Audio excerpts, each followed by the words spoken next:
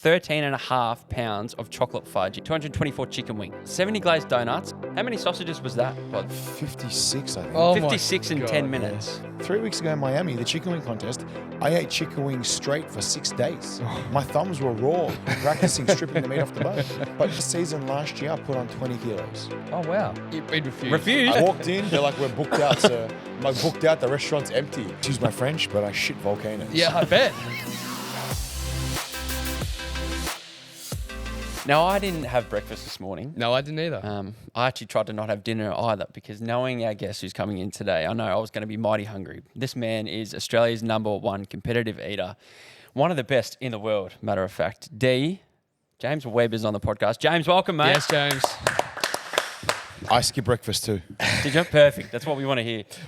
We're going to dive into your world very shortly. I can't wait. There's so many routes, just even talking off air. We can even go away from eating and go down some rabbit holes. But before we do, on a normal day, just a normal standard day, what do you eat? What is your normal? When there's no contests? No contest. It's just a Saturday and you're chilling. You got nothing on. Shameless plug, I'm actually sponsored by My Muscle Chef and I eat prepped meals. Yeah. That's about Truthfully, eight I eat like a 12-year-old girl and I have to diet hard. So like they hook me up. But honestly, like I eat nothing. Really? Like think of a meal prep meal. People would eat 4 or 5 of them in a day. I'll probably eat 1. Really? Well, that was one of my questions because when you hear competitive eater, so doing more research on you, it opened my eyes. But straight away when we were talking about you coming on the show, when I think about eating contests, I think about those, I don't know, 1980s, 1990s American, like in a diner, and there's just, let's just be real, just a bunch of really fat, disgusting people shoving hot dogs down their face. Yeah. But then we look at you, you're in unbelievable condition. So is a lot of your competitors. So how does it even work? I think the first thing when it comes to contest eating, it's different to food challenges. Yeah. All right. So food challenges, a lot of people get into that for a free feed, maybe a t-shirt. Yeah. Cool. Contest eating, different ballgame. So a lot of the contest eaters have come from a sporting background. Believe it or not, to smash 52 hot dogs in 10 minutes, you're puffed, man. You're buckled. I bet. Like you're holding your breath, you're smashing food. It's painful. You've got to be fit. So if you look at like the top eaters in the world, most of us are into gym. A lot of us have played sports growing up. If you look at, there's cyclists, powerlifters, bodybuilders, ex-college basketballers, like they're all like somewhat elite in a different world or in the past, right? Because let's take bodybuilding, yeah? No one's going to tell you, cook your food, do your cardio, do that extra set, whatever. Don't cheat on your diet. Competitive eating is not so different. If I have a contest on Saturday, I have to train. 3 weeks ago in Miami, the chicken wing contest, I ate chicken wings straight for 6 days. My thumbs were raw, practicing stripping the meat off the bone. But no one's telling me to do that. But I know in my head, if I'm not doing it, you as my competitor is going to do it. And on game day, there's no hiding. On stage, you can't hide. Yeah. You know what I mean? Like, it's me against you. Whoever eats most wins. It's pretty basic, right? But the preparation, you can't just turn up and eat 224 chicken wings in 10 minutes. It just doesn't work that way. Like, you got to practice. And I think that's where the sporting background comes into it. Like, I used to play soccer. Game day, Saturday night. Okay, cool. You train Monday through Thursday, recover Friday, play on Saturday. Same kind of concept with eating. Makes sense. So that's why we're all kind of fit, I guess, because we know we're going to be holding our breath for like 10 minutes on Saturday.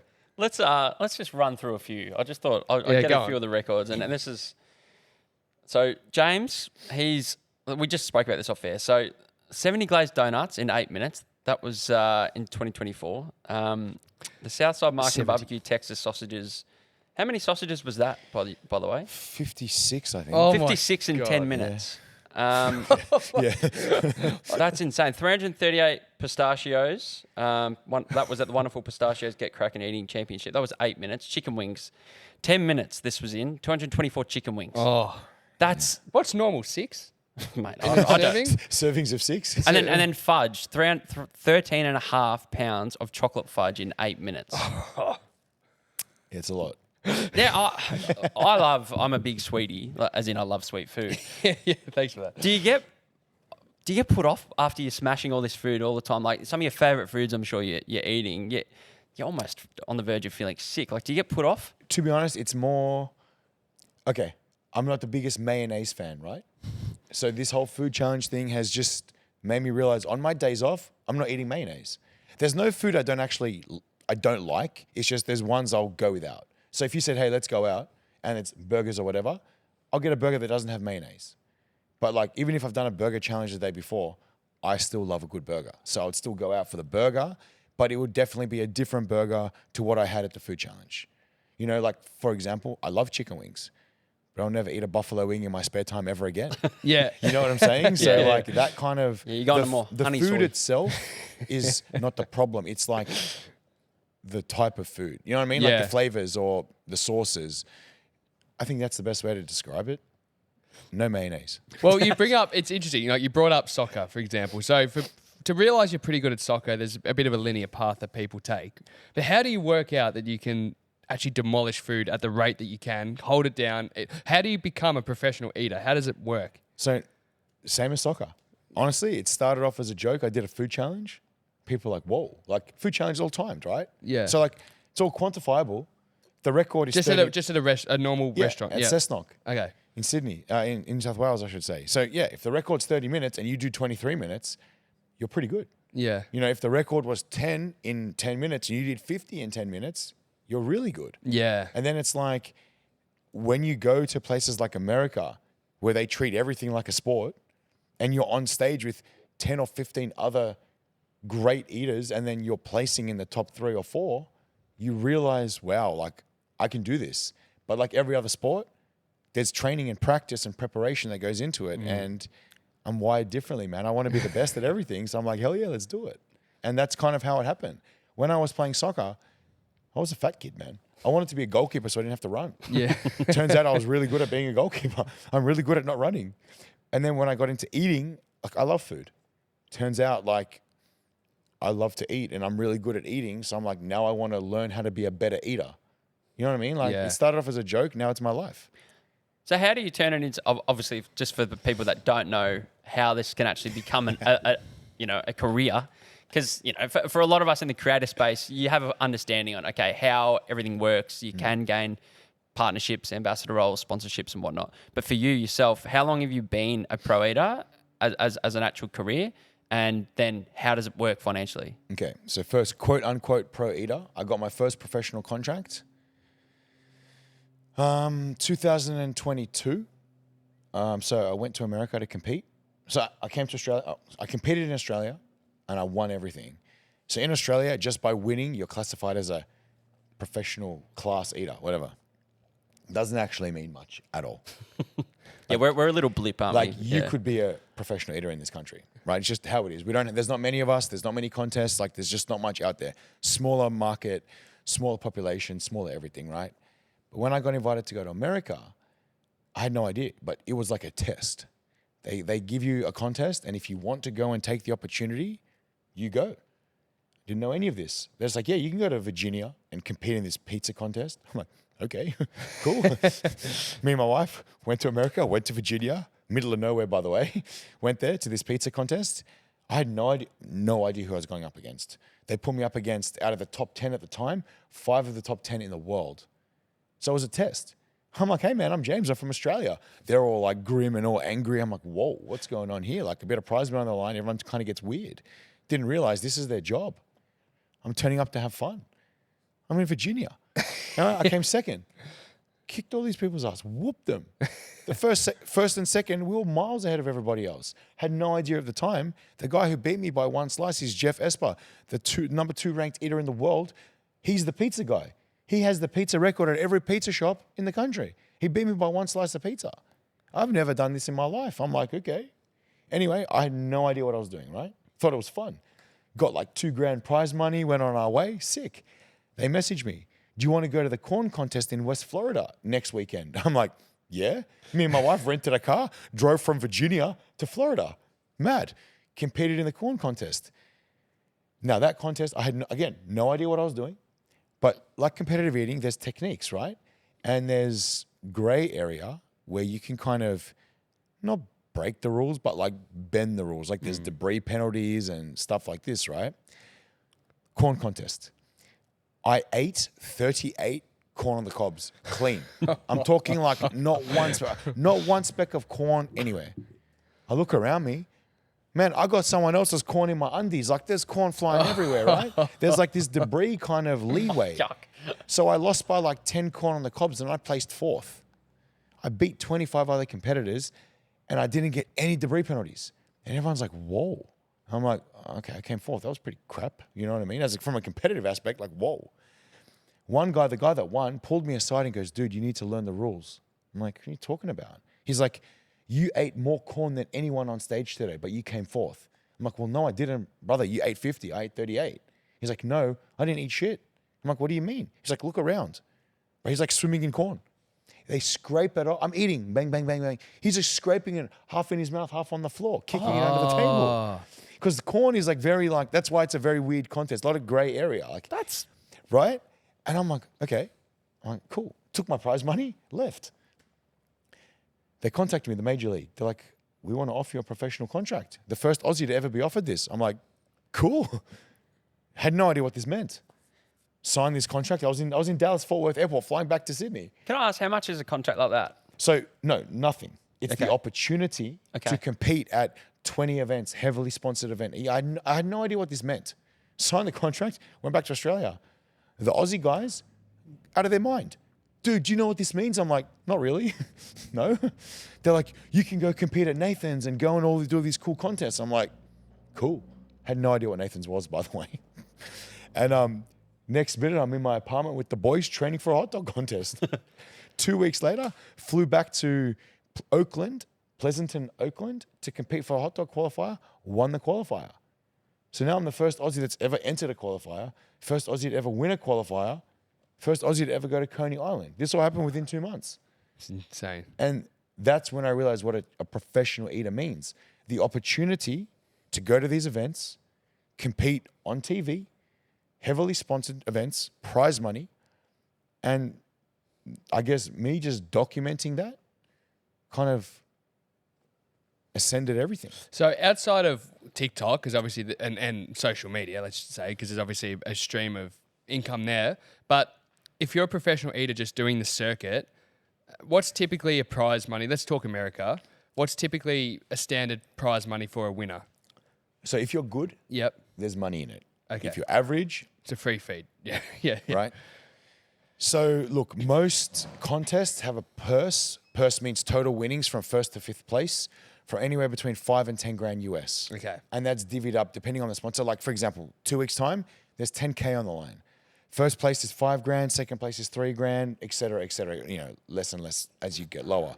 Some contests are 5 grand prize purse, but still, US money is beautiful, man. Yeah. Yeah. To win 2.5 or 3 or 5 grand US, brother, that's nothing to laugh at, you know? So if you're good, you can make some decent coin. But it's the experience, man. Put the money to one side. Yeah. Going to these, I've visited places in America that Americans haven't been. Yeah. Because the contests are in the most random spots. And then as someone who does social media, put the prize money to one side. There's so much more money to be made in these random towns where you make social media content. That's right. So I just connect them. Yeah. Most people separate them. I put them together.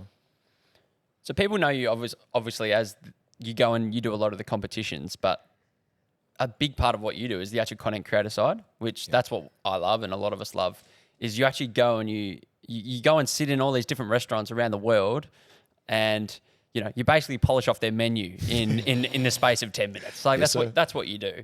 You've got the timer in front of you. If you haven't, go and check out Jay Webby on TikTok and Instagram everywhere and you'll get an idea of what this content is. But that's what's really blown you up. With this style of content, what was the first restaurant you might have went into and started doing this? And then where did you work at? Like how do I actually go into a bunch of restaurants? And this is how I make a lot of money too, is by doing this. A few ways to answer that question, actually, because how it started is not how it is now, or within reason. So look, firstly, most contest eaters are not content creators, and vast majority of content creators are not contest eaters. I'm the only one left that's linking them together. So the contest is because I'm competitive. That like feeds my soul. I love to compete. Like it's me against you. Like let's go, right? Content creation, it's completely different. It's how do I make you watch my video, right? But my thing is, how do I make you watch my video while I'm doing what I want to do? I'm not a reviewer. I'm not a blogger. I'm not going to say your burgers are the best, that pizza's the best. No. I'm here to smash food and make you laugh. So I use my contest eating like craziness to make a funny video. And that's kind of how I've been successful with the social media. At the start, I put a timer and just smashed food and thought it was funny. But I'm like, learning about social media, I'm a numbers guy. Learning how it's driven by analytics. This video is made by numbers. Then you make this video and then you read the numbers and it just rinse and repeat, right? So I was getting the analytics and obviously watching the video that I did. I'm like, okay, how can I make it better? But I'm not going to do what everyone else has done and start being a reviewer or a blogger. I'm a competitive eater. I'm here to smash a menu. That's it. But how do I make you want to watch that? So learning how to edit videos, learning how to create content and engage the audience with a competitive eating kind of niche, no one's doing what I'm doing. In this country, no one can do what I do. I'll bet my house on it. Give me a menu, give you a menu. No one can do what I do. There's people that are trying, but no one's a contest eater. They're just content creators, right? They can only go so far. So if you can eat 10 burgers and make a cool video, I'll do 50. Yeah. Right? That's the kind of the way I'm looking at it. So it's always evolving. What worked 2-3 years ago is my content's completely different now, right? And that's fun for me because in my head, I'm like, okay, I want to eat 20 burgers, but you might not want to watch 20 burgers. So I'm like, okay, how do I compromise and still do the competitive eating thing and make it watchable? It's a weird kind of, it's a battle, man. This episode is rather tasty. And you know what's even more tasty? Is our friends at Fleetburn Hire Solutions and what they can do for you. This will get your mouth frothing, Dos. I'll tell you this, fbh.com.au, the very best for all your customer needs when it comes to all things earth-moving. Visit Chris and the team now at fbh.com.au. How good's the new branding, by the way? It's fantastic. Back to the episode with James Webb. And it's a one-man show as well. And I think this is what I want to hear more about. I'm assuming some of these restaurants think you're rocking up with a team of videographers like us, like we're lucky enough. I mean, we couldn't do this on our own at all. But what you do is I'm sure you rock up to these restaurants and solo, whereas the people going, where the fuck is your team? Yeah, look, all my friends are in my backpack. I travel with my backpack and it's got everything in there. It's funny. It happens often. I'll get to a restaurant, introduce myself, like, oh yeah, just go take a seat over there. They just like leave me alone. They expect like these people, I'm waiting for someone. And then like half an hour passed, like, dude, like, where's everybody? I'm like, what do you mean? I'm waiting for you to make me the food. Yeah. And they're like, no, like, where's your team? I said, no, like, my friends are in my backpack. I got this, man. Got a full mad like camera set up and everyone's like, whoa. I take that as a compliment. It means my editing is decent. You know what I mean? Like to make an interactive and dynamic video with static cameras. So you still edit it yourself? Me and my wife, man, we do everything ourselves. In-house. The J. Webby House Productions. Yeah. No, truthfully, we do everything ourselves. And that's the thing, like, going back to your first thing about how we make all this money and stuff, I'm blessed to do what I do. Man, my wife is genius. She's the creative genius, right? She's worked out, together, but she's worked out how to use my niche and my skill and my craziness and make you want to watch my stuff. And we just work on it together. So even today, I got to go film a video later today. She's given me a few ideas to run through. Try this, try that. Like, let's do it this way. This is how we're going to edit the video. So you better eat it this way, right? I'm like, cool. So that's the thing. We work together on all this. And like, dude, she's the brains, I'm the guts, man. I've said it many times. It's the truth. That's perfect. It's a great combination. Now, you used a very interesting word earlier. You said training. And that is the world I kind of want to dive into. So I'm thinking like marathon runners, right? How they obviously, they load up during certain weeks to get more and more distance, and then they might have a decline week. Now, if we're talking hot dogs and you got to put down 60 or 100, I don't even know how many. How do you train to eat a certain amount of food? Tell us what training requires. Two-part answer. You've got the physical aspect and the eating aspect, Okay. yeah? So firstly, physical. Like I said earlier, you got to be fit. So look, we all have our own version of fitness. I love to lift weights. Yep. So leading into the Nathan's hot dog contest, 4 weeks, 6 weeks preparation, training twice a day in the gym. Isn't that crazy to eat? It's insane. Right? So I'm training twice a day in the gym. I'm making sure I'm doing my cardio. I'm doing a lot of stretching, a lot of mobility work. I live on a foam roller and a baseball to loosen up my whole body, my guts, everything. Oof. And then you've got... He needs a so right. Yeah. Have you heard of those? Yeah, I have. Hook me up. Yeah. No, and so I've got... That's one aspect, right? Also, you've got to be... If you look at the best eaters, we're relatively lean. Yeah. The more stomach fat you have, the less your stomach will distend. Wow. So like, but doing food videos and eating like a dickhead most days of the week, you're getting fat. So this is why. Train like a crazy, man. Just train as much as you can, because now it comes to the food side of it. So we've got the gym, lifting weights, doing cardio. I've got my mobility work. I've got my jaw work, my breathing work. I've got a jaws exercise, chew on a jaws exercise ball for 3-4 hours a day. Oh my God. Right? I have a breath machine that I practice holding my breath. It's like altitude training. And then obviously my ability work with my baseball and my roller to make sure my guts are loose. Then we've got the eating side of it. So when you got a contest, it's all about capacity, speed, and technique. Let's take hot dogs. Firstly, like let's look at the record. Joey Chestnut, absolute GOAT. His record's 76. Each hot dog is 105 grams. How long? In 10 minutes. 76 and 10. Right, so that's 7.6 kgs of food without drink. How many? Wait, say that one more time. 7.6 kilos of food in 10 minutes without drink. Yeah? So add drink into the mix. How many calories are we talking, dude? Infinity. Yeah, literally. Yeah, For that 10 I'm minutes, thinking about my calories don't calorie count. counting here. Yeah. Right? So if you take into account fluids for 7.6 kilos of food, we're up about the 10 kilo mark. To do a kilo of food a minute or a kilo of anything a minute, that's boss mode, man. So now you take it back a notch. Technique. How can you physically get that amount of food inside you in 10 minutes? So hot dogs. We separate the hot dog from the bun. While we're munching the hot dog, we're dunking the bun because there's no time to drink. Yuck. It's a two-handed thing. If we had 3 hands, we'll boss it. But separate, eat, drink, eat, and that's technique. But you got to practice that. It's coordination, it's skill. So that's the eating side of it. And most of us, all we'll do is eat hot dogs for a solid month. It's the worst. Here's a bit of footage from the Nathan's hot dog eating contest. So you're sitting equal first there, 14-14 at that stage. Give it a play, Sammy. So as we're watching this, maybe there you are. There he is, smashing the. So talk us through the technique, because I think a lot of people would be surprised at how people eat the hot dogs in Nathan's contest. Like look, you're going for is that the sausage or the hot dog first, then the bun later? Like, talk us through it. Yeah, so this is pretty deep into a contest where like it's honestly like you're like a robot. So, okay, my strategy is I don't want to drop anything to drink. So I dunk the bun to use as my drink, which is really not nice, but you got to do what you got to do. So basically, I'm munching the hot dogs and I'm using the bun as my drink. So every time I feel like I need to push something down, you munch a soggy ass bun. And you're like a robot. You're like 1, 2, 3, drink. 1, 2, 3, drink. And it's just like bang, bang, bang, technique. It's a dance. Honestly, it is. I wish I was better at dancing, truthfully. Like, Are you masticating during this? You know that I don't know what What does that mean? what I'm doing during this. I'm It just means to chew. yeah. Honestly, Went over my head. you get to this point, you don't know what you're doing anymore. Okay. Like, you're just a robot. So you're just putting it down. It just doesn't matter how. Honestly, all you're doing is crushing and swallowing. I think that's the best way to describe it. Every chew is lost time. Have you ever do you ever choke? Luckily not. People have. That's why we always have paramedics. We always have our own paramedic, dedicated paramedic, everything. They look after us very well. What you guys don't see behind the screen is a team of ambos just hanging out waiting.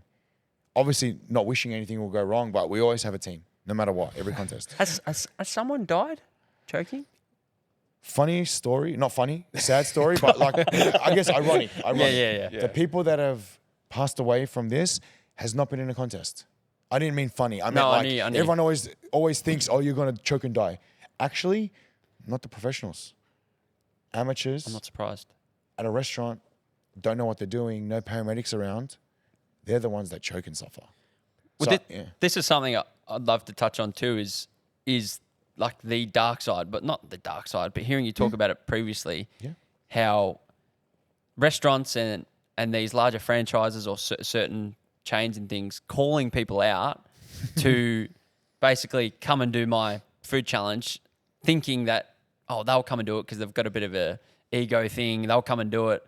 But the challenge is so unrealistic that they can't actually, everyday people can't do it themselves. They want someone like you to come in, use your, status. clout chase. Yeah, clout chase. Like, that's a real thing, isn't it? Yeah, look, we spoke about this briefly off air. It's getting worse. I can't, look, the best way to describe this kind of phenomenon, there's not a lot of competitive eaters out there, right? There's not. There's more content creators, bloggers, reviewers, right? But let's be honest, they're all the same. They're all the same. The truth of the matter is a blogger and a reviewer or whatever, they go to a restaurant, they get given all this food, 1 or 2 photos, maybe a video, and they're out. The food's still left there, right? But now people are seeing, no, like if someone's eating my food on camera, it's way more valuable, right? So now competition eaters, we're getting some credit. We're getting some street credibility. We're getting some respect, right? But now it's kind of escalated because, let's be honest, you guys are everyday dudes. I think you would much rather watch me smack a whole menu than some girl hold up a burger and be like, truth, because it's funny. I would prefer right? that, yeah. So now the competition eaters, and look at Joey Chestnut, look at Matt Stoney, look at Adam Beard Meets Food, look at Eric Electric. They've got some of the biggest followings. Look at Raina. Raina is one of the best women competitive eaters on this planet. Molly Schuyler. They got hundreds of thousands, if not millions of subscribers because they're women that smash food, right? So now competition eating has respect on its name. But now restaurants are like, okay, how do we get a competition eater to our restaurant? But they're not thinking about the everyday person that just wants to get a free feed. So they're making unrealistic challenges where there is some harm in, let's be honest, right? I'm a trained professional, call it what you want, but I know what I'm doing. You give me 5 kilos of pizza, I know exactly how I'm taking that down. You wouldn't know what to do with 5 kilos of pizza. You wouldn't know what to do. Probably gonna burn your mouth, choke on a bit, maybe even poo your pants. Like, let's be real, yeah? Restaurants aren't thinking about the everyday person anymore. They're so focused on a competition eater, but they don't know enough about the subject. They don't understand, brother, I train for this. I'm a seasoned professional. I do this for a living. I'm not, I got a much less chance of choking, a much less chance of getting sick, and I'm probably going to smash your food. You turn up, you don't know anything. You're probably going to choke. You're probably going to have water come through your nose. You're probably going to get water in the eyes and start crying. You're going to have a stomach ache and look not well on camera. Now, you're not going to watch a video as a consumer if I'm not going to watch you if you look unwell on camera. Yeah. That's the truth of it, right? And the brand's image is toast. But they don't understand that. They don't understand the difference. It doesn't help now with your regular bloggers, reviewers, whatever, trying to be competitive eaters. They think they can do food challenges. If I had $1 for every reviewer that's like, oh, I could do that, go. And they're the ones that are ruining it because, let's be honest, these social media agencies, oh yeah, let's make a challenge. It's cool now. The same agencies that kicked me out of their restaurant are doing challenges now, right? It's cool. It's cool if you can do it. It's not cool to watch someone chundering in a bucket, is it? No, someone's suffering, no. Right? And this is the thing, now it's getting out of control. Oh, eat this 5 kilo thing in 2 minutes. I got tagged in one yesterday in Germany. Eat this 3 kilo taco in 1 minute, I'll give you 10,000 euros. I'm tagged in it 100 times. I'm like, brother, this is fake. Who can eat 3 kilos in 2 minutes? I mean, I didn't know there'd be many taco shops in Germany. I was waiting for you to say schnitzel or something. Truthfully, though, like it's getting out of hand now. And like some idiot's like, I'll do it. I'm like, you're going to choke, mate. Yeah. Like that's a thing. Like now it's getting out of hand. There's a few around Australia. Eat 5 kilos in 3 minutes. I can't even do that. So if I can't do it and I actually have all the records in this country, there's no way you're going to do it. It also doesn't help with the inflated ego of social media. People, it amazes me what people will do for $1. Yeah. Right? People will lie, cheat, steal from their own parents to make $1. Yeah. They tell stories, they tell fibs. There's people right now in Melbourne going to restaurants pretending to be me. Really? I'm the #1 eater in the country. I've got 7 world records. I have all the Australian records. But I'm not Jay Webby. They're pretending them. Because let's be honest, yeah? Do you even know competitive eating has a website? No. Right? So unless you know there's a website, how do you quantify like what's the truth? So if you're your everyday mum and pop like hamburger shop and like someone rocks in, yeah, I'm a competitive eater, I'm the #1 in the country, I have all these records, they're like, oh, that's pretty cool, mad. Here, take some cash, make a video. They're not quantifying it. There's people pretending to be me. Do you know who they are? I do. And they blocked me off all their platforms. I bet they do. I just hear them later. I hear the stories later. You mentioned, again, in the dark side, so eating for you as a competitive eater that can put down 5 kilos of pizza or 7 kilos of hot dogs. Now that could be for probably most people, that could be 10% of somebody's actual body weight. So it's all good when we see it on camera and you break records and everyone's smiling and happy. But that night when you go home, that food's got to go somewhere. Do you ever get like ill? Excuse my French, but I shit volcanoes. Yeah, I bet.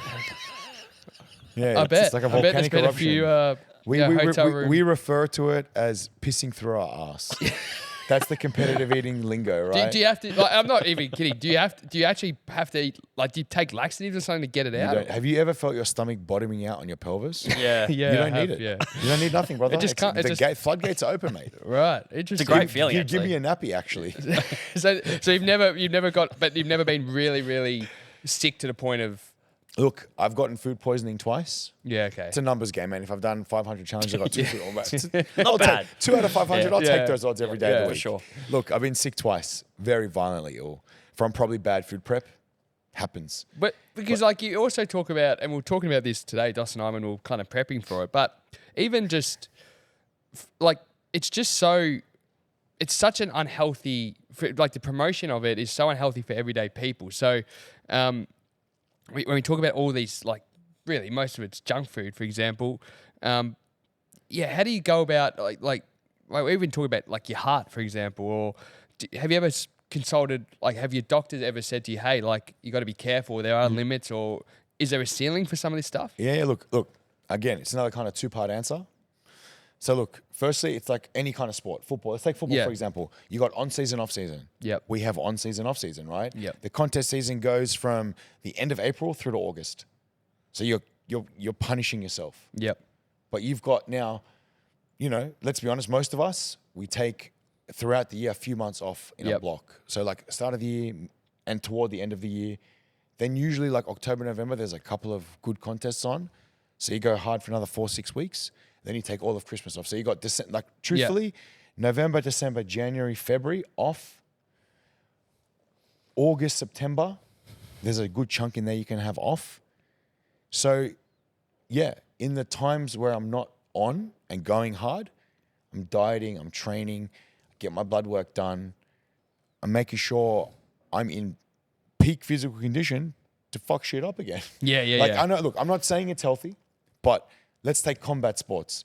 UFC fighters, boxers, kickboxers, their preparation for a fight, they're putting their body through absolute torture. Yeah. Cutting weight, sparring, cardiovascular endurance through the roof for game day to be punched in the face. Yeah, that's the bottom line. You're going to get punched in the face if you're a boxer. It's inevitable. Same as contest eating. We're prepping for a contest to get punched in the face. Look at rugby league. Man, those guys, 230 kilo blokes running at each other, bang. That, there's inherent risks with that. But if you manage yourself and listen to your body and consult the right people, there's longevity. Joey Chestnut's been doing this 22 years. Yeah. So there is longevity if you listen to your body.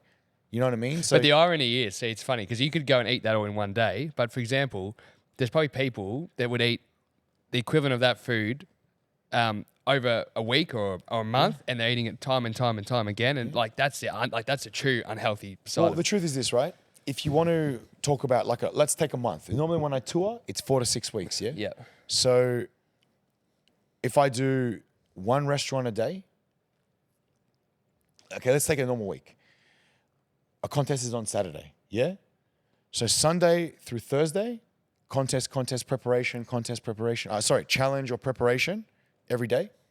The day before a contest, you're fasting completely. Yeah. You're not eating, you're not even drinking anything, yeah? Yeah. So think about it. Let's say I've eaten, call it something dumb, 30,000 calories in 4 days. Yeah. The 5th day, I'm starving myself. Yep. The contest day, you're eating like an idiot. But you're not eating in between any of that. If I'm doing a food challenge, I'm not eating to my next food challenge the next day. Yeah. So like you're kind of intermittent fasting, eating like a maniac. Fasting, maniac for 4 weeks or 6 weeks. Then I come home for 4 weeks and I eat like a 12-year-old girl. So like, I'm not saying that's the healthiest way, but there's some kind of balance there. I also know, like, let's be honest, I got home last year, 23rd of December. Man, I had no pants that fit me. I was at the TikTok Awards with jeans that wouldn't button up. I used my belt to keep them together, yeah? Right? Let's be honest. So I'm like, okay, besides Christmas Day, because mama cooks on Christmas Day and you eat at all costs. Well, that's all where we all become professional eaters. Yeah. Yeah. Right? But I was dieting until I left for Germany on the 15th of January. So Yeah. 23rd of December, besides the 25th of December, every other day dieting for 3 weeks hard. Dieting hard, fasting a lot, training a lot to get back, drop that 10 kgs, right? Yep. So it's like So you're like it's up like 10 kilos is kind of contest season last year, I put on 20 kilos. Oh, wow. And then I used a month to get back 10 kilos off, persevered through that next 6 weeks, and then dieted hard at Christmas to get back into around the 93, 95 kilo mark. Yeah, right. But that's what I do. I fluctuate, but I know it's going to happen. Yeah. Eating like a maniac, it's going to happen. Yeah, yeah. What's the training like for yourself? Like what? Obviously, you've got the bodybuilding background. You're not, I'm assuming you're not running marathons or anything in particular. Please, I parked the car right next to the door. I know I'm not running nowhere. like in terms of calorie expenditure versus what you're taking in. Like people probably do think like, oh, well, you're just lifting weights. But I'm sure you're doing other stuff, other cardio as well. Yeah, look, so you love your two-part answers, eh? Look, Sorry. No, I love it. Look, again, what I do is random. There's no rule book. There's no guide, So look, to be fair, I'm a lazy person. I'll lift weights all day. I'll stay in the gym for 3 hours lifting weights till my literal arms are falling off. But I don't do cardio, right? You'll never catch me on a treadmill. No, I'm the first guy to fall over. It's not going to happen. But like, let's be honest. 2 weeks ago, I was in Miami. 3 weeks ago, I was in Las Vegas. Then Philadelphia, South Jersey. So I'll go out and explore. I'm in Miami as if I'm not going to walk on South Beach. I'm in Vegas. I'm going to walk the strip. I got a shopping problem. I'll walk through a mall for 3 hours. It's not cardio, but I explore. I get to do cool stuff. I'm in Melbourne, but I'm a Western Sydney boy, hanging out in Melbourne as if I'm not going to go explore and see what's around. You know what I mean? I've been at that fitness expo for 2 days. I haven't sat down for 2 days. I'm ready for bed, man. Yeah. But like, so inherently I do a lot of exercise, but it's not like, hey, I got to do an hour of cardio today. Like, for example, let's take preparing for the Nathan's hot dog contest, okay? When I start my training camp, I go to my second home, Dallas. I love Dallas, yeah? Train at Destination Gym in Allen. So I stay in Allen and I walk to the gym. I stay strategically a 20-minute walk to the gym, the middle of summer in Texas. That shit is torture. But I walk 20 minutes with my gym bag to the gym, train for an hour or so, walk 20 minutes home in 45-degree heat. So is it cardio? No. But I'm exercising and I'm sweating balls. So that's what I do, right? You know what I mean? So that's kind of how I answer your question. I don't do cardio, but I do stuff. Plus, I got ADD. I can't sit still. So I do a lot of solo travel. What, you think I want to go sit home in my hotel room like this? Nah, man. Let's go do some shit. Well, I think now that we've kind of heard all about this, it might be time to kind of experience, like there's Nathan's hot dogs, but it's no dos&d pancake eating contest, is it? It's not. So what we've done, James, now we know you've got to obviously go somewhere after this and you've got to eating, so we're not going to put you through anything. But what we thought we'd do is one of our producers over here has gone across the road and got, now this will be, for you go, boys, this is a piece of piss. But I'm actually, the thought of eating this early to me already makes me feel sick. But basically we've got a pancake eating contest for us to go through. And we want you to maybe show us a bit of technique or coach us through. And then what are we going to do? We can try and eat in the fastest, or are we just going to set a timer? Maybe we set a timer. Yeah. Maybe we set a timer and James can have the timer on him. James, you're going to laugh your head off when you yell at that. Mate. It's 3 pancakes each. That's all it is, right? How long would it take you to eat 3 pancakes? Not long. Well, I've seen you have done a pancake eating contest. Yeah, I think I did like 36. They're hot. American hotcakes are not Australian pancakes, by the way. Yeah. These things were like basically muffins. They were huge Oh. and they were dense. But yeah, like Bring 'em over, they're a Jared. lot. All right. So what 1 minute, 2 minutes? What do you think? I reckon 1 minute. Or 90 seconds, maybe. Okay. Sammy, do you want to maybe pass James a phone or something so we can have a timer just for this? How many do you have? 3. 6 in total. You want a suggestion? Yeah. How about you guys do one each? We see how long it takes you to do one, how long you to do one, and then I'll do one. All right. I'm happy with Just that. a suggestion. Can you get me some water too, please? Because like, let's quantify shit, right? Like, you guys like. Oh, they're fairly big. Let's Oh, see wow. how long it takes Yeah, you to wow. eat one, and then I'll see how long it takes me to eat one. Syrup? Yeah, syrup will help. Syrup will help. It depends. Do you like syrup? I love I'll syrup. put a little bit. I don't love it. I would recommend water over syrup. Yeah, I'll go water then. Depending on what. I've got my bottle of water Yeah, here. depending on what Well, technique you want to do we want to get while you're down there? Do you want to get one more plate? And then Yeah, we'll get another. We'll get another plate for James if you can see one. Do you need some Jared? technique hacks or what? Oh, mate, we want hacks. We definitely want some hacks. I mean, All right, so there's a couple ways to tackle this, right? You can fold it in half. These are lovely. That's what I was Right. thinking. So you fold it in half, and you do. It's called bite push. You bite, and you push it with the next bite, right? But I've trained myself to store food in my Yeah, throat see, and then push be it down careful. with water. Yeah. So you Okay. bite, and then what you can't swallow, you drink. So how much chewing should we? So one question: do we take big bites and chew, or do we take small bites So and put just it this swallow? way: for every bite you do, you're wasting time. So I crush my Okay. food. I don't bite nothing. You tear and crush. Oh, see, tear and just. So Yeah. So you don't use your teeth, but like you use like a half. It's like a half Okay, bite, so you like rip with your teeth. right? So it's like this. So say you fold it in half. You're like you're tearing it with your mouth. Are you just trying to swallow it, basically? Yeah, you're trying to compress it enough that you can swallow it. Oh God. Okay, well, Or the other I've got technique. mine on that one too. The other technique, you do lots of little bites. Give him the biggest. What's the biggest well, one? you give him These look quite Give him large. one of yours as well. So we'll go. All right. we do want to try two. Maybe we do that. Well, he's got somewhere to be, so I don't want him to. No, I'm good. Don't. Well, do you want? Why haven't we all go at the same time then? And we'll see. We'll go up against James. How does You that go up sound? against me? We'll go up. Let's go up against James. I'll lap James' time. Okay. All right. All right. All right. go So what? First pick. Well, you got two each now, yeah? Yeah, We've all two got each. two each. All right. So first pick. You want some maple syrup as well? No. So you just want to go. I wouldn't mind a bit of syrup for the taste. You can have whatever You you, can do want. whatever you want, Hey, Dos. look, in contest they give us syrup and Now, butter. Dos is a messy eater, so But if you please wanna don't waste get your any of time that with on my syrup and jumper. butter, Before go we for it. before we click start, let me just. That's a lot of sugar, isn't it? Yeah.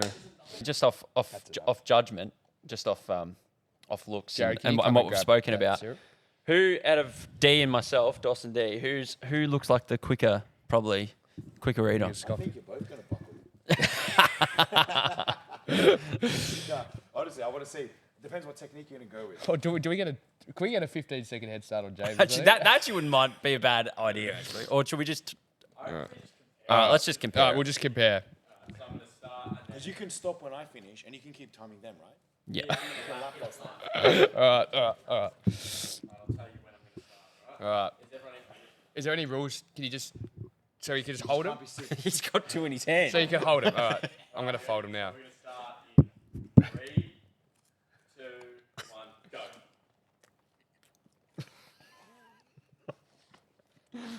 I'm very dry. Oh, it's so dry.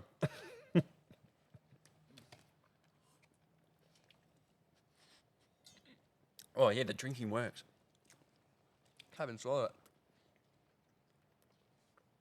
Go to YouTube and watch this, guys, if you're listening. That's quite good. Oh, mate, get the water in you. He's done. Keep going. I'm trying.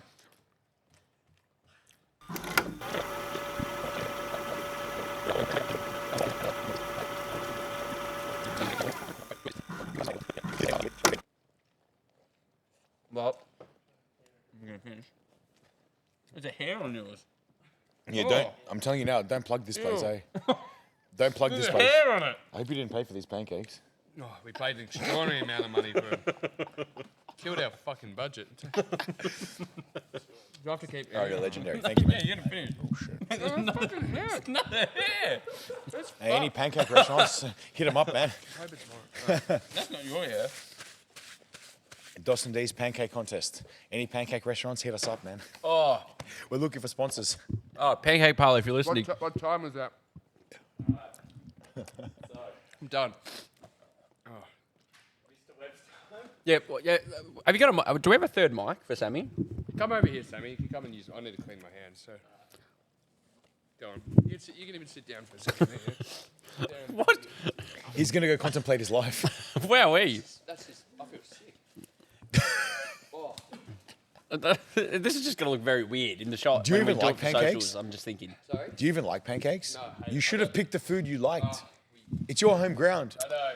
Go with Sammy. What's Mr. Webb was done in 28 seconds. Dos was done in 2 minutes 16, and you were done in 2 minutes 40. Congrats. Thanks, James. Yeah. Get up Awesome.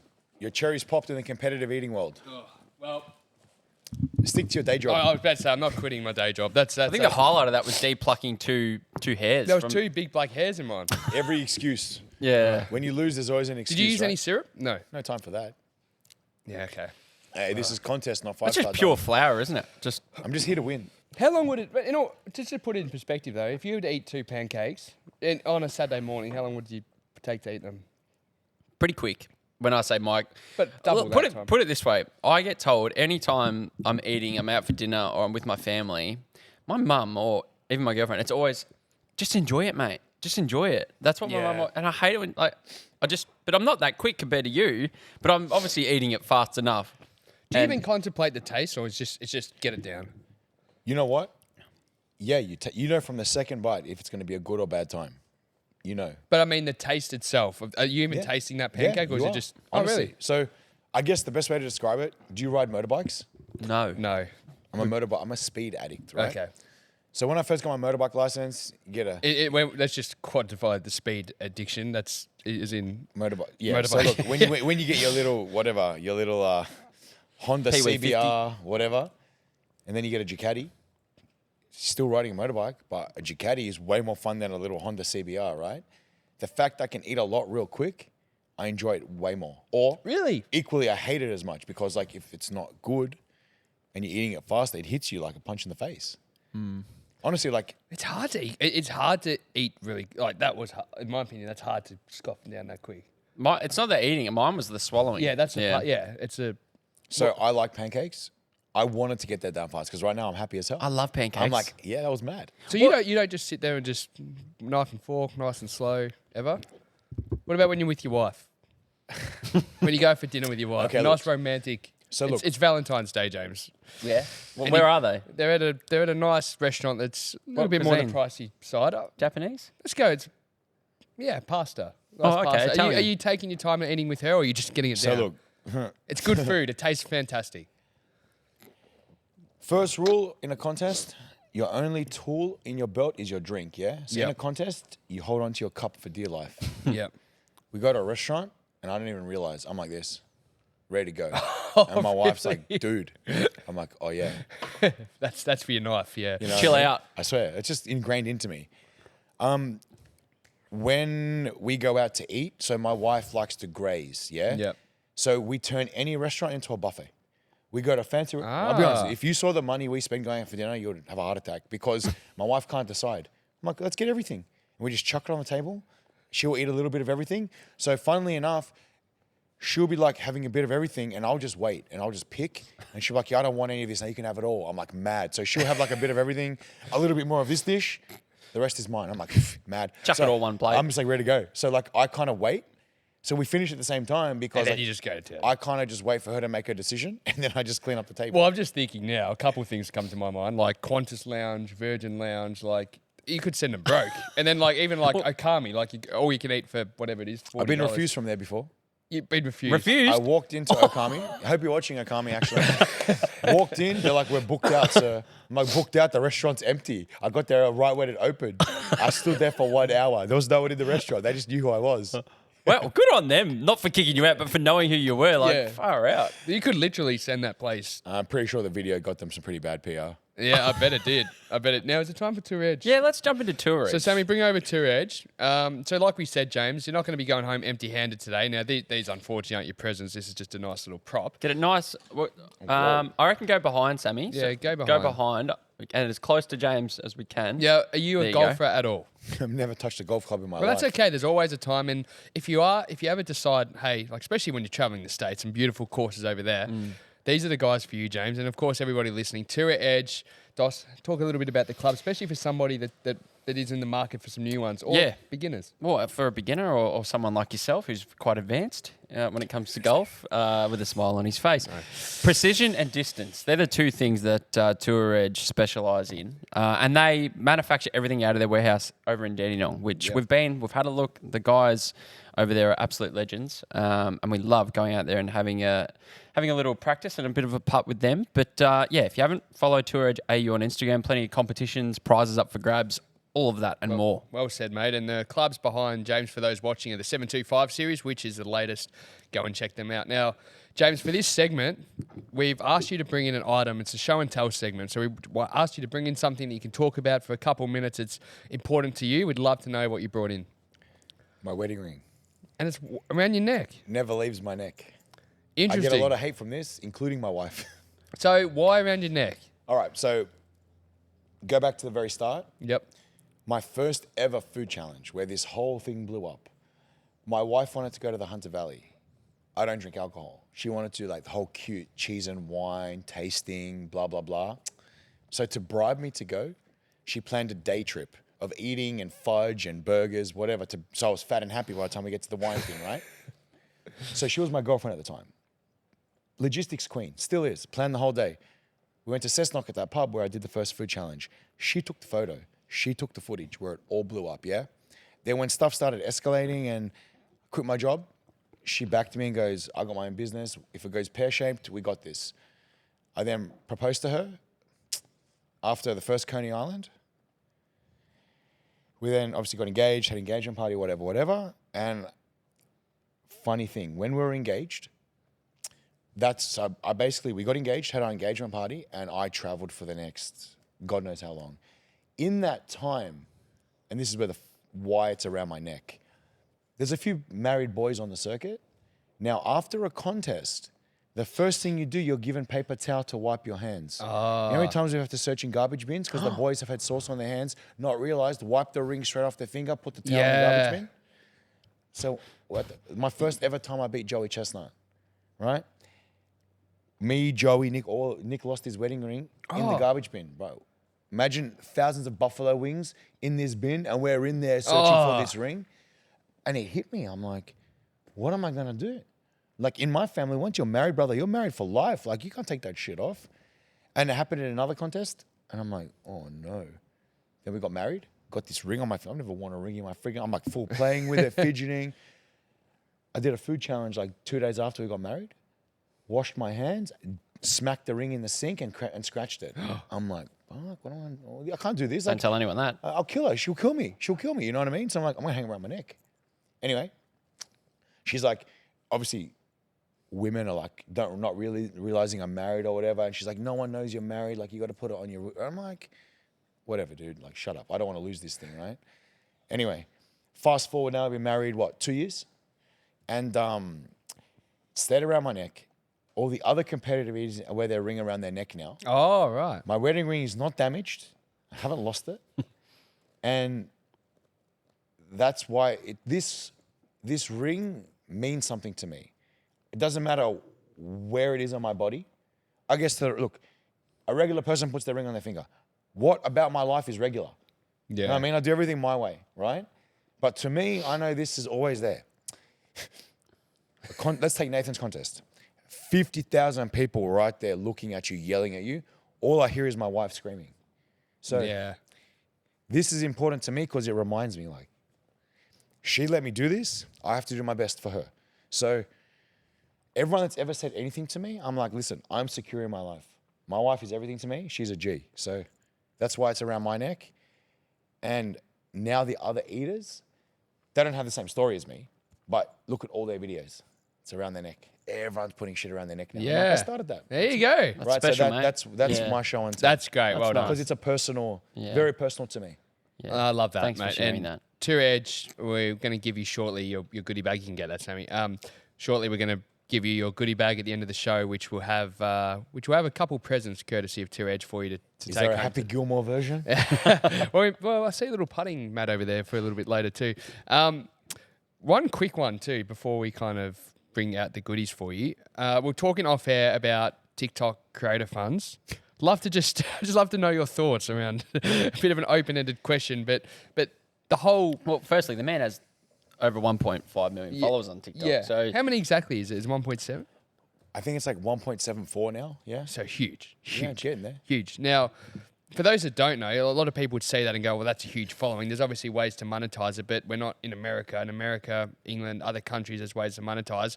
What are your thoughts on the Australian method and the way it's all kind of handled in Australia at the moment? You want to beep this out or what? No, Look, we don't firstly, beep nothing. The Creator Fund is never coming to Australia. Never. I'm sure TikTok won't have an office here in Australia much longer. People that are employed by TikTok no longer want to work for TikTok. And TikTok treat its creators like crap. To be honest. TikTok America, it's different. TikTok in America, if you're part of the Creator Fund, TikTok has no idea who you are. They just pay you, which works as a creator. In this country, I know all the employees at TikTok Australia. All they do is bug you and annoy you and ban you and tell you what you can't do. They don't pay you anything. So you got banned for your live streams? I get restricted every day.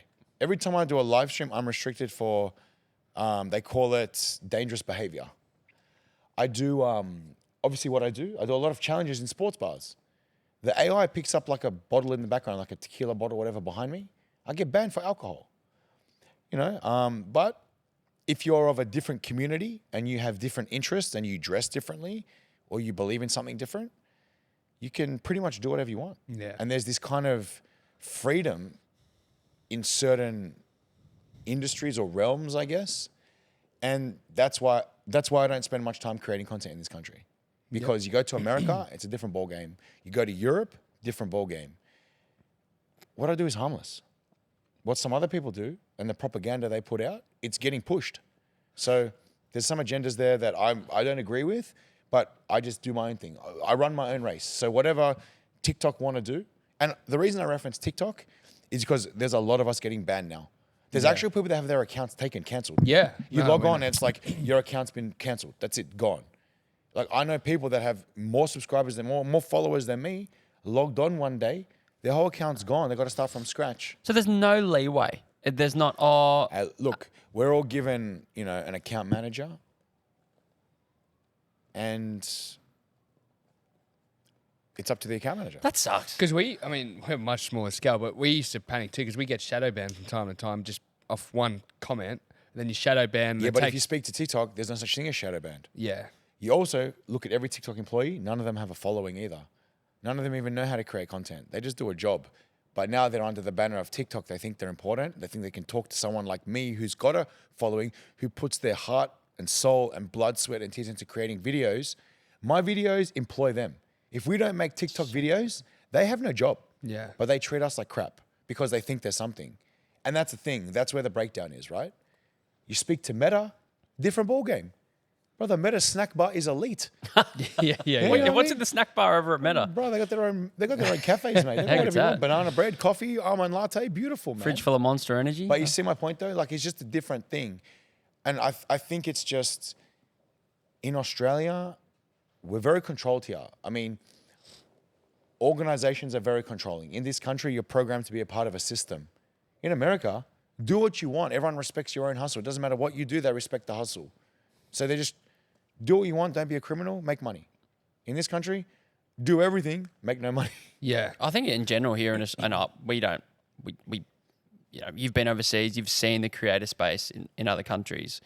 But here in Australia in particular, it's not just creator-wise, it's Australians just hate seeing other people do well in general. Tall poppy. Yeah. It's honestly, it's a sickness. And when I go overseas, that's why I spend most of my time overseas. And you know what? It burns me. As a born and bred Australian, my family came here for a better life. What I'm seeing now, it actually upsets me. Everywhere you go overseas, it's not about me. Let's take whatever you do. You go to America, if I know me introducing you to you will help you, I'll do it. I want everyone to be successful, yeah? That's the American way. The Middle East is the same. It's all about networking. If I tell you, hey man, like, I think I need new tires for my car. And you're like, I know a guy. You pick up the phone right now and be like, hey man, James is gonna call you. He needs new tires. Like, look after him. It's all about networking and helping, right? In this country, you would rather blatantly lie to my face to screw with me and my idea. Or I got an idea. Nah, that's shit. Then you're gonna go and do my idea, right? Tall poppy, they don't want to see anyone do well, let alone anyone do better than them. And that's why, in my opinion, especially in the creator space, no one's successful in this country. Yeah. You've got the elites. You've got the elites that are killing it. They don't have friends. They don't care about anyone. They know they're killing it. Then you got this big mid-range. Yeah, bottleneck. Where everyone's just stepping on everyone. And that's why I kind of just keep out of it. Because to be honest, like, unless you started like the TikToks and the YouTubes and whatever at the very beginning, like if you're not 10 years into your YouTube career, you're in that mid-range. Yeah. That's the truth of it, right? I go overseas. I have friends with 2, 3, 4, 5 million subscribers on YouTube. They're like, let's collaborate. Let's make videos. Like, I'll give you a shout out. They want to help you. I know people here with like 10,000 subscribers. They're like, dude, no, you can't come on my channel. I'm like, I didn't ask to be on your channel. Yeah. I just want to hang out. Yeah. You know what I mean? Like, it's all about, like, if they can't leverage you, they don't want to know you. Whereas in America, they just want to be a friend. And then if they can help you, they'll help you. Just a different mentality, right? Yeah. And it's like that with everything. It doesn't matter what industry. Like back when I was in the fitness world or in the corporate world, no one wants to see you win. And that just burns me. Because I feel like though, the one thing I've learned recently is I feel like in the business world, people do want to help. I've found, especially in the network we sort of hang I guess out. it depends the industry. Yeah, but there's a big difference in the social media industry, or in the whatever you want to call it. Like there is a chunk of people that like we know some fantastic people that will do whatever they can to help. And we do the same vice versa, but you're so right. It's that there's just this whole bottleneck of people, and it's. I think as well, it doesn't necessarily have to mean people that are. It's not just other creators. Yeah. It's actually everyday people that you might. It could be friends. It could be family. It's people that you might even be closer to them than you think, and you don't realize that they're actually acting that way either. I think, look, jealousy is a curse, but also like we have, especially in Australia, we have this like ego, but I don't know why. Like, you know, like everyone throws around these words all like be humble and all this. People that tell you to be humble, they're not humble themselves. No. Like Yeah. at the end of the day, I'm a guy that likes to eat food. I'm just James, man. I want to eat. But like, there's people out there that, because they got a bit of a following, they think they're like Michael Jordan. Yeah, I I'm know. like, relax, man. Like, you're just another dude. Like, chill, you know? But now there's people like that don't have a following that think they're an expert in your field. Yeah. And I'm like, cool, but I didn't ask for your advice. Yeah, exactly. Like what me talking to you doesn't mean I want your advice. I just want to talk to you. Yeah. But they think they want to be the expert. And that's weird. You go overseas and it goes, to be fair, I met a very wealthy man that recycles car tires. How random is that? He goes around recycling random people's car tires and he makes 7 figures. Okay? I asked him, explain to me, like, what do you mean? Like, how did you even get into that? And I wasn't like, oh, this is how you should do it. Or that's a crappy job. I'm like, no, like, that's cool. Like, tell me more, dude. Like, what the hell? And he explained to me, he had no money, but he had a van. He used to go around on the streets and pick up random car tires and just recycle them. That's how he started, making like $1 here, $1 there. Now the guy's a multimillionaire. And I'm just so curious. I'm like, that's awesome, dude. Yeah. Like, high five. Like, other people would be like, oh, it's not a corporate job. Oh, like, that's stupid. There's no way he's making that money, right? I'm like, dude, I'm G'd for this. Like, I'm like high fiving this guy, right? It's just a different mentality. You know, people say, oh, I'm a content creator. When are you going to get a real job? Like, you go to America, dude, you make YouTube videos, you get to eat, that's cool. Like, it's just a different kind of, I guess, attitude toward it. Yeah. And I think that because everyone in this country always feel like they need to prove themselves, they have these inflated egos because they're on the defense, always defending themselves. That's right. So they're like, I need to be recognized. I need people to give me some kind of status. And that's why they act like douchebags to fellow creators, right? I think that's what it is. Could be wrong, but it sucks because coming back to Australia, the minute I step foot here, I'm reminded of all the BS that happens. That's why I don't go to events and stuff anymore. I just, honestly, like, it sucks, man. It burns me. Like, it's not fun. It's too political. And no one is genuine. Like, I just want to have a chat. I don't want anything from you. I just want to hang out. But people don't want that. If they can't leverage you in some way or sabotage you in some way, they don't want to talk to you. And it's actually kind of sad. People shouldn't be that way. I go to America, all my friends are creators. And you know what? I'm friends with some of the biggest YouTubers in the food space in the world. We've never made a video together. But we'll hang out and we'll go to the buffet and chill for 3 hours.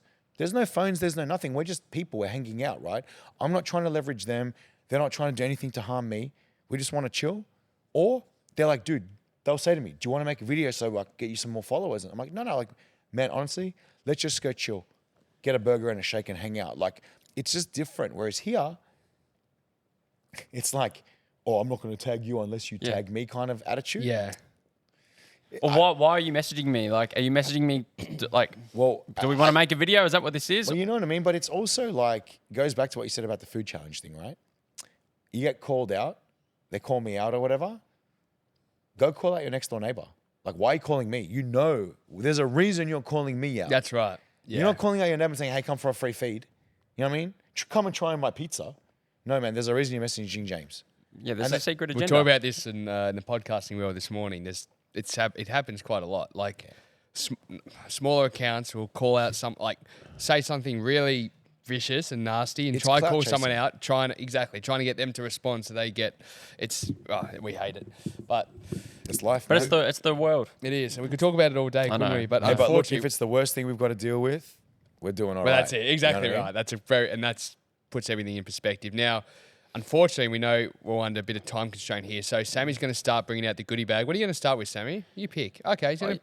So we actually want to. This is a brand new partner of ours, James, and This is exciting, James. Like, this is the first time we've ever had these guys on the show. So basically, James, our friends at Mitch Dowd are sending you home with some of their unbeatable boxes. Am I allowed to open it? Super cool designs, and they're super soft, James. It's time to have some fun in your pants. Now, for all the dos&d listeners, you can check them out at mitchdowd.com.au, and of course, use the code dos&d and save 40% DOS.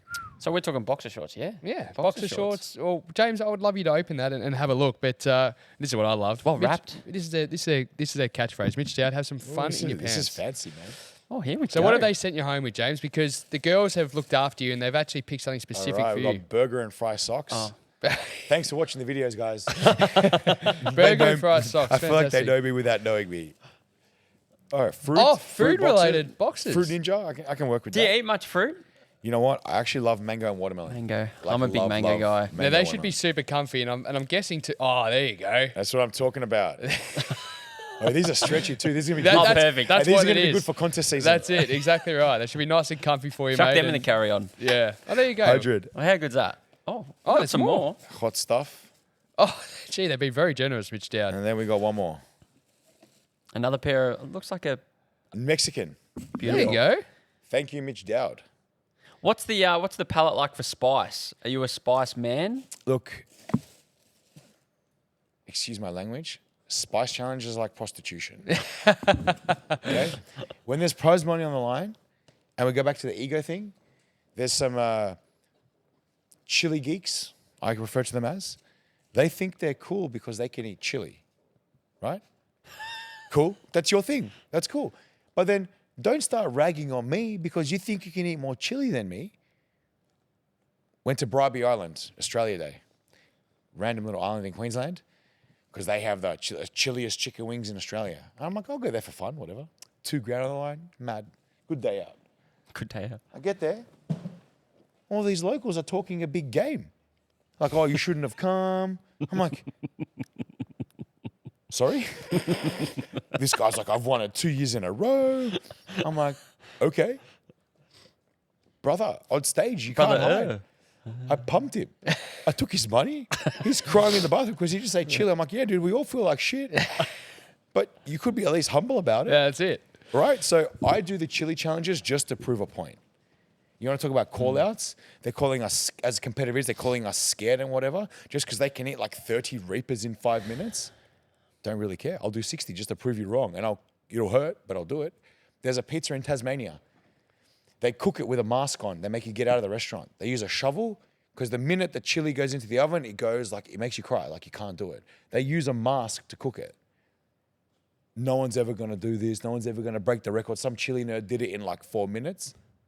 Minute 29. The record still stands to this day. No one's ever beating that challenge. No one is. Next up, you're going home with another little piece of goodness, James. You've got the Milkman Grooming Co. Now, Milkman, thank you. They're our good mates. That we love Milkman, all things male grooming. Now, today, I think in the box, it might be just what you're after. It's a styling. nice beard grooming kit. So you've got I think some beard oil, a beard brush. What else is some 3-in-1 shampoo? Oh, a bit of shampoo as well. 2-in-1 shampoo. Can't even read. Food coma. I mean, that I'm assuming is just like a 3-day stubble for you on your face. Hey, look, to be fair, my wife actually likes the beard, so I might keep it. Well, there you go. Well, this will keep you nice. And Dos, where do we go? Well, is it milkmanandco.com? Milkmanaustralia.com. Milkmanaustralia.com and use the code dos&d at checkout for 20% off. Milkmanaustralia.com and use Milkman, the if you need a code real plug, dos&d hook me up. for 20% off at checkout. And then finally, James, we've got the dos&d goodie bag as well. So you can put your Milkman in there, mate. Inside there, there's some presents from our friends at Tour Edge, Fleet Plan Hire Solutions, which all the listeners and viewers would have heard earlier in the episode. Some goodies there for you, mainly fellas. in the golf space, mate. So you don't have to bring them all out now. But right. I appreciate that, but just fellas. some stuff Thank to have you. a look at later on, mate. But we can't thank you enough for coming in today, mate. It's we did an early podcast, so we know it's early and. Probably eating those pancakes this early wasn't great. Well, James is from Sydney, so to get him while he's in Melbourne for the expo was awesome. Great so we were timing. stoked to line it up, mate, and we thank you for your time. Thanks for having me. I appreciate it. Good fun.